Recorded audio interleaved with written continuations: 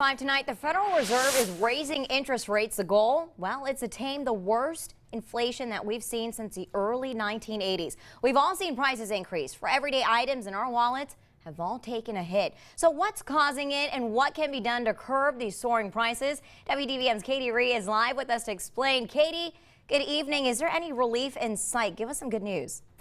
Well, Tasmin, good evening. I'd love to give you some good news, but unfortunately that short answer is no. There's really not any good news in sight. The Federal Reserve is trying to do what it's called a soft landing, and that means restricting certain aspects of the economy just enough to curb inflation, but not enough to cause a recession. And some neighbors I spoke with are less than pleased about that. But if you don't have it to save, how are you going to save more? If they keep increasing the prices, what you could have saved is going into groceries and other bills. Inflation. It's causing the prices of everyday items to increase with no clear end in sight. The Federal Reserve's rate hike could be the long-term solution to this issue. A professor of economics at the University of Maryland says things could get a little worse before they get any better. Federal Reserve is raising the rates up a quarter of a point. Interest rates, student loans, mortgage payments, credit card interest rates are likely to bump up. So we would observe a cooling of the economy, which is what the Federal Reserve is trying to accomplish.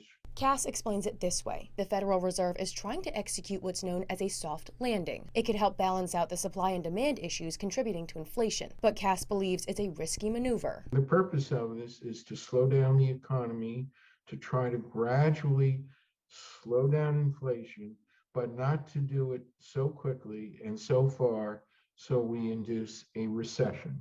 That in turn could lead to higher, or likely it will, lead to higher unemployment. While Cass projects multiple small interest rate increases in the coming months, some aren't happy with any increases, especially when it comes to everyday necessities. How can, you shop as best you can for your groceries now. It's going to be harder as the prices go up. Every bill you pick up has gone up some. I have to watch my pennies. Even though I do work an extra job, I do that so I don't have to just exist.